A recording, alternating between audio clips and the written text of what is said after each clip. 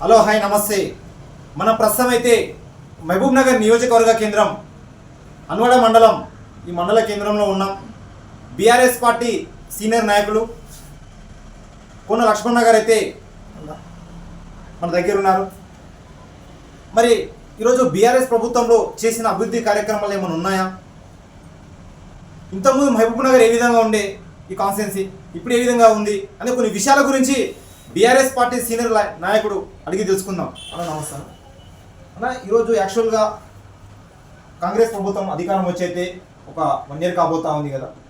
ఇంతకుముందు బీఆర్ఎస్ ప్రభుత్వం 10 years complete చేసుకున్నారు. ఇప్పుడు బీఆర్ఎస్ ప్రభుత్వానికి కాంగ్రెస్ ప్రభుత్వానికి ఏమైనా వ్యత్యాసం కనిపిస్తూ ఉందా? చాలా వ్యత్యాసం ఉంది. వ్యత్యాసం అంటే ఎట్లుందంటే, కాంగ్రెస్ ప్రభుత్వం వచ్చి 1 సంవత్సరం గడిచినా కూడా వాళ్ళు ఇచ్చిన హామీలను నిలబెట్టుకోవడంలో పూర్తిగా విఫలమైనరు. రెండవది ఏంటంటే, అలవిగాని హామీలు ఇచ్చి ప్రజల లోపల ఇప్పుడే చులకనైపోతున్నారు. ఎట్లా అంటే, వాళ్ళు మేము ప్రభుత్వం ఏర్పడిన 100 రోజులకే 6 గ్యారెంటీలు అమలు చేస్తాం, రైతులకు రైతు భరోసా ఎకరాకు 15,000 ఇస్తాం, పింఛన్లు 2,000 నుంచి 4,000 పెంచుతాం, కళ్యాణ లక్ష్మి తీసుకుపోయి 1 తులం బంగారు ఇస్తాం. రెండోది ఇంకా ఎన్నో రకాల సంక్షేమ పథకాల మీద వాళ్ళు హామీలు ఇచ్చి సంవత్సరం దాటినా కూడా వాళ్ళు చేయలేకపోయింది. కాబట్టి పూర్తిగా రైతులనైతే అనవసరంగా మోసం చేసి వాళ్ళు రైతులను అనేక రకాల ఇబ్బందులు పెడుతున్నారు. ఎట్లా అంటే, 2 లక్షల వరకు రుణమాఫీ తప్పకుండా చేస్తాం, మీరు December 9 సంతకం పెడితే మా ప్రభుత్వం వచ్చినాక లోన్లు తీసుకోండి అని చెప్పిన రేవంత్ రెడ్డి ఇప్పటికీ 2 లక్షలు కాదు, కనీసము 40,000 30,000 తీసుకున్న వాళ్ళు కూడా రుణమాఫీ కాక బ్యాంకుల చుట్టూ తిరిగి పాపం వాళ్ళు వ్యాసరికి వచ్చి గప్పు ఇంట్ల కాడ కూర్చున్నారు. బోనస్ ఇస్తున్నాడు రైతుకు 500 సన్నోట్లకు. మహబూబ్ నగర్ రేవంత్ రెడ్డి గారు మహబూబ్ నగర్ పర్యటన ఉన్నటువంటి 1 వారం రోజులు మాత్రమే బోనస్ వేయడం జరిగింది. దాని తర్వాత ఆ బోనస్ మాటనే లేదు. తర్వాత రైతుకు పంటకు 15,000 ఇస్తా, సంవత్సరానికి 15,000 ఇస్తా ఎకరాకు అని చెప్పేసి మన రీసెంట్గా మొన్న 12,000 ఇస్తా అని చెప్పిండు. ఇవన్నీ కూడా ఏమవుతుందంటే, రైతులకు ఏమవుతుందంటే, ఎక్కడగా ఇస్తుంది కాంగ్రెస్కు, మేము అనవసరంగా మోసపోతాం కదా, అన్ని రకాలుగా మంచి చేసినటువంటి కేసీఆర్ గారిని వదులుకొని టీఆర్ఎస్ ప్రభుత్వాన్ని దించుకొని మేము అనవసరంగా పాడైపోతాం కదా అన్నటువంటి సమాలోచనలో ప్రజలు ఉన్నారు. కాబట్టి తప్పకుండా ఇది కాంగ్రెస్ ప్రభుత్వం ఘోరంగా విఫలమైంది. ఒక డెవలప్మెంట్ విషయానికి వస్తే, ఏడ చూసినా కూడా ఏ గ్రామంలో చూసినా కూడా టీఆర్ఎస్ ప్రభుత్వంలో చేసిన పనులే ఉన్నాయి. ఏది కూడా తీసుకో, మరి కాంగ్రెస్ గవర్నమెంట్ వచ్చి 1 సంవత్సరం అయింది కానీ ఫలానా ఊళ్ళో ఈ పని మా గవర్నమెంట్ చేసిందని చెప్పుకునే స్థాయిలో కాంగ్రెస్ నాయకులు లేరు. ఏమని చెప్పుకోవాలనే స్థితిలో వాళ్ళే మదనపడుతున్నారు లోపల. కాబట్టి నేను ఏమంటున్నాడే, ప్రజలు గమనించిండ్రు, ఇంకా నిజం తెలుసుకుంటున్నారు. కాబట్టి ఈ యొక్క గవర్నమెంట్ని నిలదీయడానికి ప్రతి ఒక్కరు కూడా సిద్ధమవుతున్నారు.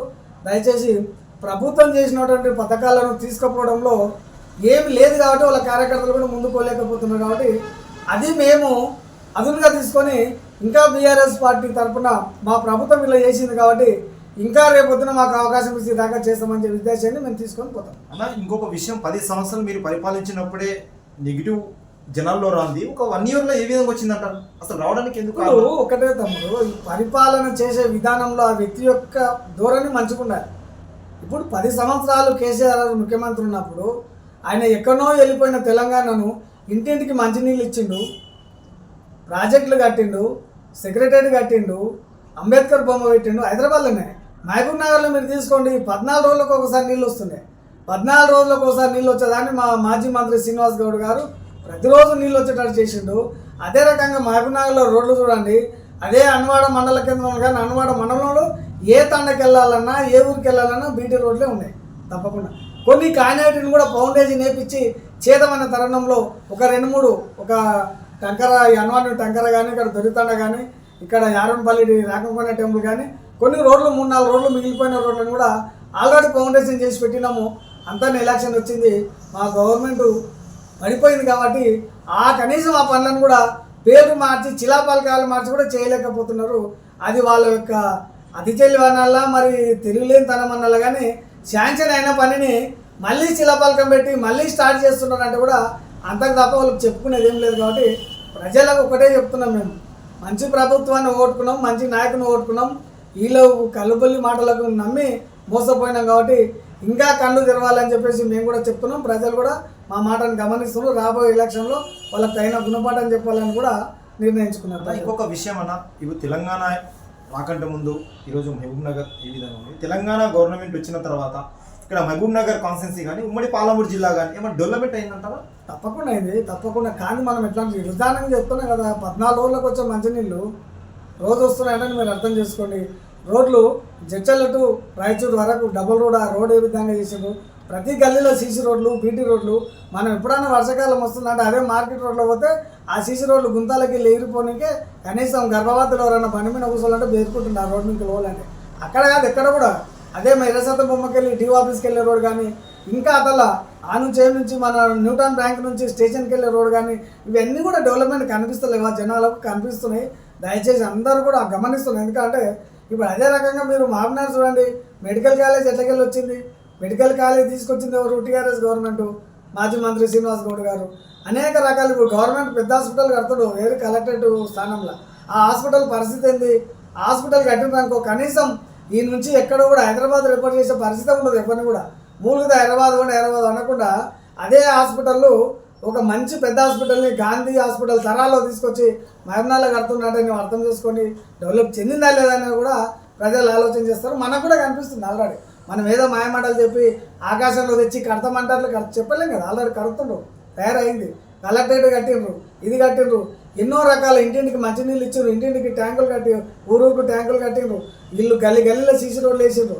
రైతులకు ప్రతి సీజన్కు ప్రతి వ్యవసాయ సీజన్ వచ్చిందంటే అకౌంట్లో డబ్బులు పడాలి. వర్షాకాలం సీజన్ అంతా అకౌంట్లో డబ్బులు పడాలి. మరి ఇప్పటికేమైంది? ఈ గవర్నమెంట్ వచ్చినాక 3 పంటలు ఎగ్గొట్టింది. ఒక పంట కేసీఆర్ గారు ఉన్నటువంటి అదాన్ని వేసిండ్రు డైరెక్ట్గా. మళ్ళీ రెండో పంట, మొన్న వనకాలం పంట లేదు, ఇప్పుడు యాసంగి పంట లేదు. మళ్ళీ ఏమంటారు? దాని గురించి వాళ్ళ మాట నిలబెట్టుకోకుండా మళ్ళీ 15 ఆగస్టు వేస్తాం, 26 జనవరికి వేస్తామని అనగలపల్లి చెప్పుకొని పబ్బం కట్టుకొని పోయేటోళ్ళను లీడర్లు అంటారా, మరి జోకాలు అంటారా, మీరే కార్యకర్తలు కానీ జనాలు కానీ అడుగుతారా? అన్న ఇంకొక విషయం అన్న, మరి మీరు చెప్తా ఉన్నారు ఈరోజు మహబూబ్ నగర్ అభివృద్ధి జరిగింది, తెలంగాణ రాష్ట్రం అభివృద్ధి జరిగింది. మరి అదే తెలంగాణ రాష్ట్రాన్ని కానీ మహబూబ్ నగర్ కానీ డెవలప్మెంట్ చేసినటువంటి ప్రభుత్వం ఈరోజు ఎందుకు గెలవలేకపోయింది? ఒకటి గెలవలేకపోవడం కారణం 10 సంవత్సరాలు టీఆర్ఎస్ ప్రభుత్వం ఉంది కాబట్టి ప్రజలకు కానీ సేమ్ మా టీఆర్ఎస్లో కూడా కొంతమంది నమ్మకద్రోహులు ఏం చేసిండ్రంటే కొంతమంది మోసం చేసిండ్రు.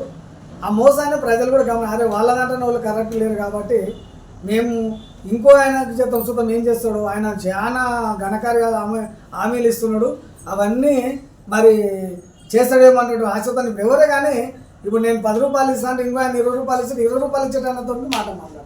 కాబట్టి ఆయన ఏం చేసిండే ప్రతిదీ కూడా పెంచుకుంటూ పోయి హామీలు ఇచ్చింది. కాబట్టి వీళ్ళకన్నా వాళ్ళు ఇంకా బాగా చేస్తారేమో అని చెప్పేసి వాళ్ళు నమ్మడం జరిగింది, చేయడం జరిగింది. అలా బీఆర్ఎస్ ప్రభుత్వంలో శ్రీనివాస్ గౌడ్ నేతృత్వంలో ఈరోజు ఈ అన్వాడ మండల కేంద్రానికి మరి ఏ నిధులు తెచ్చారు, ఏ కార్యక్రమం అభివృద్ధి చేసుకున్నారు?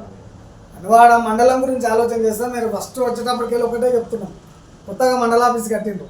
అది ఎవరు కట్టిండ్రు ఒకసారి చూడండి. దాని తర్వాత మీనా కేజీపీ హాస్టల్ కట్టిండ్రు, అది ఎవరు కట్టినట్టు చూడండి. తర్వాత దాని ముందుకు వస్తే రైతు మార్కెట్ అన్వాడలో రైతు మార్కెట్ అన్వాడ రూపురేఖలకి అర్థం పట్టేలా కనిపిస్తుంది. దాని తర్వాత ముందుకు వస్తే ఇక్కడ ఒక లోకల్గా హై స్కూల్ బిల్డింగ్ కట్టిండు, మీరు పోతే కనిపిస్తుంది. ఆ స్కూల్ బిల్డింగ్ చూడండి. అన్వాడలో ఉన్నప్పుడు అన్వాడ మండలంలో ఇలాంటి ఎన్నో బిల్డింగ్లు కట్టిండ్రు, ఎన్నో విషయాలు చేసిండ్రు. ఇంకా ఆయన శాంక్షన్ చేసుకొచ్చి ఇచ్చినటువంటి పనులను, టెండర్లు అయిన పనులను కూడా ఇప్పటికి మొదలు పెట్టకుండా మా కార్యకర్తలు చేస్తారు, మా ఊళ్ళు చేస్తారు ఆపుకొని ఆ పనులు కూడా చేయడానికి వాళ్ళకి చేతన అయితే లేదు. ఇండోర్ స్టేడియం శాంక్షన్ అయింది అన్వాడకు, అది మొదలు పెట్టలేదు. తర్వాత ఒక గ్రంథాలయం స్టార్ట్ అయింది, అది మొదలు పెట్టలేరు. ఒక జీపీ బిల్డింగ్ శాంక్షన్ అయింది, అది మొదలు పెట్టలేరు. కొన్ని సీసీ రోడ్లు ఉండే అవి బ్లాక్ అయిపోయినవి. ఇంకా కొన్ని పథకాలు, ఇంకా కొన్ని స్కీమ్లు ఉంటే కూడా అవి ఇవ్వలేకపోయినారు. ఉన్నాయి ఇవ్వకుండా లేని హామీలు ఇచ్చి ప్రజలను మభ్యపెట్టిండ్రు. కాబట్టి నేను ప్రజలు ఒకవేళ ఏమన్నా వీళ్ళు వస్తే ఇంకా ఎక్కువ చేస్తారు కాంగ్రెస్ అని చెప్పేసి వాళ్ళకి మొగ్గు చూపి కాంగ్రెస్ నమ్మి ఓట్లు వేసిన పరిస్థితి కనిపిస్తుంది. అన్న అతి తొందరలోనే మీరు చెప్తా ఉన్నారు, నా కార్యక్రమాలు మేము ఆల్రెడీ ఎంతో ఎంపికైనటువంటి ఈ తెలంగాణ రాష్ట్రాన్ని ముందుకు నడిపించినాం. మేము అతి తొందరలోనే లోకల్ బాడీ ఎలక్షన్ అయితే రాబోతా ఉంది. లోకల్ బాడీ ఎలక్షన్ సంబంధించి ఇక్కడ ఉన్నటువంటి హన్వాడ ఈ గ్రామంలో లక్ష్మయ్య పేరు కూడా కొమ్మ లక్ష్మయ్య పేరు కూడా ఎక్కువగా వినపడతా ఉంది. వినపడడానికి ప్రధాన కారణం ఏమై ఉండొచ్చు?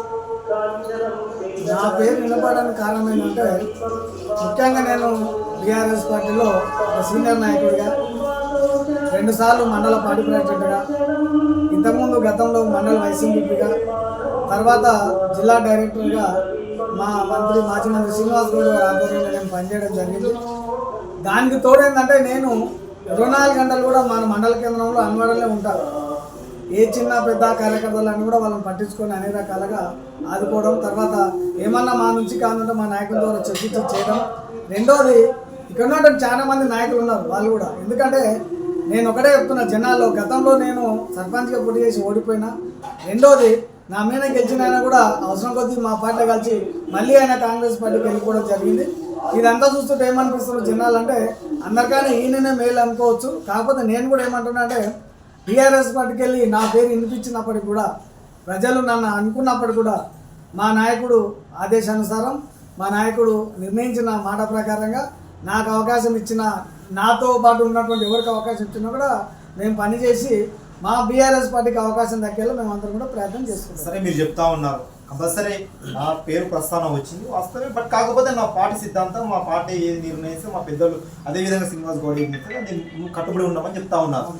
ఒక విషయం, మీకు ఇక్కడ అన్వాడ గ్రామంలో చూసుకున్నట్టుగైతే మీరు గెలుస్తారని అనుకోవచ్చా? అంటే బీఆర్ఎస్ పార్టీ ఒక మండల కేంద్రంలో సర్పంచే కాకుండా మండలంలో జడ్పీటీసీ ఎంపీ స్థానాలను కూడా మేము కైవసం చేసుకున్న పరిస్థితిలో మేము ఉన్నాం. ఎందుకంటే మా టీఆర్ఎస్లో ఉన్న నాయకులు ఇప్పుడు కూడా వెళ్ళిపోయిన వాళ్ళు పోయినా కూడా ఉన్నకాడికి ఒక టీం వర్క్ చేసుకొని ఏ గ్రామానికి ఆ గ్రామ కార్యకర్తలను కలుపుకొని మా నాయకుని ఆదేశానుసారంగా పనిచేస్తే తప్పకుండా మండలంలో మళ్ళా ఎంపీపీ జడ్పీటీసీతో సహా సర్పంచులతో కూడా మేము అత్యధిక స్థానాలు కూడా గెలుచుకొని, అన్నవాడ హెడ్ క్వార్టర్లో కూడా 2 ఎంపీటీసీలు ఉంటాయి, ఒక సర్పంచ్ ఉంటాయి.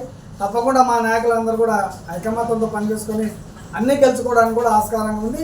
దానికి తగినట్టుగా మేము అందరం కూడా ప్రయత్నం చేసుకొని గెలుచుకునే ప్రయత్నం చేస్తాం. ఇప్పుడైతే బీఆర్ఎస్ ప్రభుత్వం అయితే అధికారం లేదు, మీకేమన్నా అదర్ పార్టీ నుంచి ఏమన్నా పిలుపు అందిందా? మాకు అదర్ పార్టీ నుంచి అందినా మేము రామని చెప్పినాము.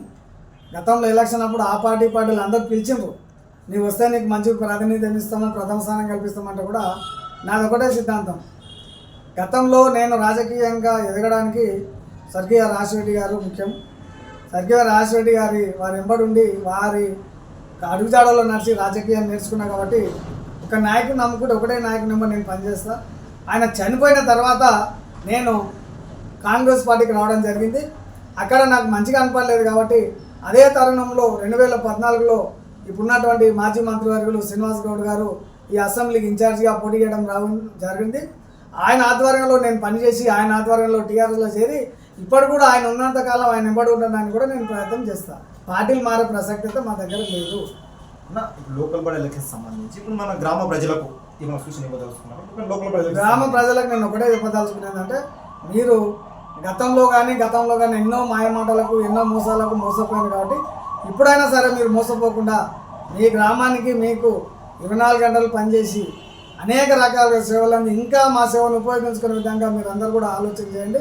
ఆలోచన చేసి మంచి నాయకులు ఎన్నుకోమని చెప్తాను నేను. అంటే మీకంటూ నా గ్రామాన్ని ఈ విధంగా డెవలప్మెంట్ చేసుకొని సర్పంచ్ అయిన తర్వాత ఉంటుంది కాబట్టి మీకు ముఖ్యంగా దీని మీద దృష్టి ఉంది. తప్పకుండా నాకు దృష్టి ఉన్నదంతా అన్నవాడ డెవలప్మెంట్. ఒకవేళ నాకు అవకాశం ఇస్తే అన్నవాడలు ఇంకా చాలా పనులు కాని ఉన్నాయి, ఆ కాని పనులు అన్నిటి కూడా పూర్తి చేయాలి. ముఖ్యంగా అన్నవాడలో ఒక వ్యవస్థ ఏముందంటే, విద్యా వ్యవస్థ మీద చాలా దృష్టి పెట్టాలి. విద్యార్థులుగా తీర్చిదిద్దే అవసరం ఉన్నది. చాలామంది మా దగ్గర మేస్త్రీలు ఉన్నారు, ఇంకా లేబర్ వ్యవస్థనే కొనసాగుతుంది కాబట్టి ఆ లేబర్ వ్యవస్థ కాకుండా విద్యావంతులుగా తయారు చేసి ఎంతోమందికి జీవనోపాధి కల్పించే విధంగా మన అందరం కూడా ప్రయత్నం చేయాలని మా నాయకులతో కూడా నేను చర్చించడం జరుగుతుంది. దానికి తోడుగా ఇప్పుడు కనుక అనుకున్నట్టు పనులు పెండింగ్ పనులు ఏమవుతున్నావో ప్రభుత్వం ఏదున్నప్పటికీ కూడా మా హక్కులను మేము ఉపయోగించుకొని ఆ పెండింగ్ పనులను కూడా పూర్తి చేయడానికి కూడా తప్పనిసరిగా నేను ప్రయత్నం చేస్తాను. థ్యాంక్ యూ సో మచ్ అన్న.